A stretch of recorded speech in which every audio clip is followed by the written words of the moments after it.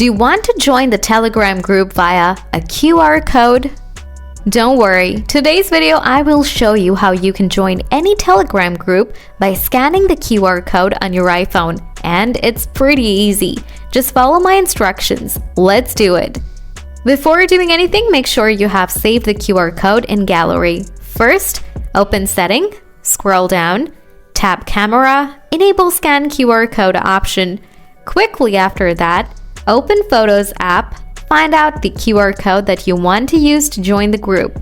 Once you have this, tap and open the QR code photo to tap on the scan icon that is available on your iPhone. After that, tap on the middle of the QR code. Now you can see some browse options. Tap on Open in Telegram, and you will be joined the particular group. Hope you find this video useful. Hit the like button and ask me in the comment section below. Thanks for watching.